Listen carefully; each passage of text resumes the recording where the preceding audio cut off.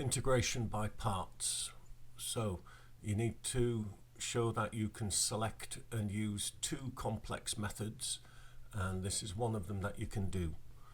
Now this equation looks horrible, but once we have a go at a few examples, you'll see that it's not actually that bad.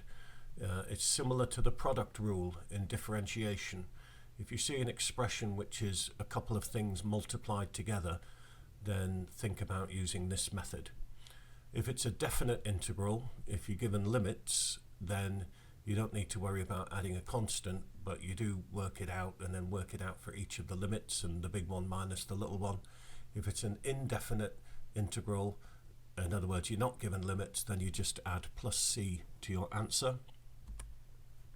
So look at the expression that you are given, what you're asked to evaluate, and think about, can you split it into two simpler functions, two things multiplied together, two different functions, not u and v, but u and dv dx. So let's say you're asked to evaluate the integral of x sine x dx. So let's think about using integration by parts. So let's think about, well, what might u and dv dx be?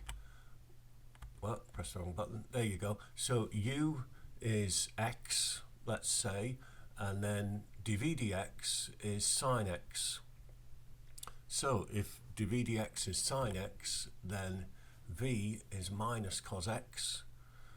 Now that we have u and dv dx, and we can pretty quickly get du dx, which is just 1, and we have v, which is minus cos x, then we basically put them in that equation on the top left there, which will be on the formula sheet I'll give you, and there you go. So in that, it's u dv dx is x cos x minus x cos x minus the integral of minus cos x, and du dx is 1, so that just disappears, and we do the simple integration and simplifying, and we end up with sine x minus x cos x.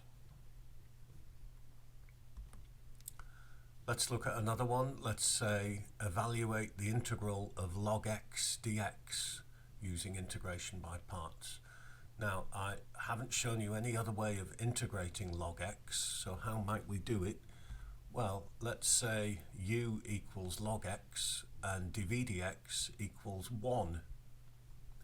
So du dx is going to be 1 over x, and v will be x, because dv dx therefore will be 1.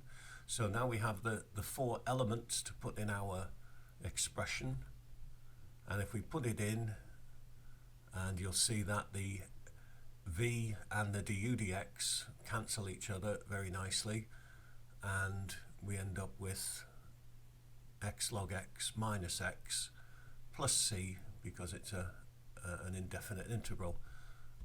Let's do one more.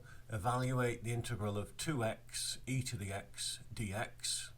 So using integration by parts, I think it's pretty obvious what u and dv dx are going to be. I think u, we'll call that 2x, and we'll say that dv dx is e to the x. So du dx is 2, and v is e to the x. Substitute them in our expression, do a little bit of integrating you need to do, and there's your answer, 2x e to the x minus 2 e to the x.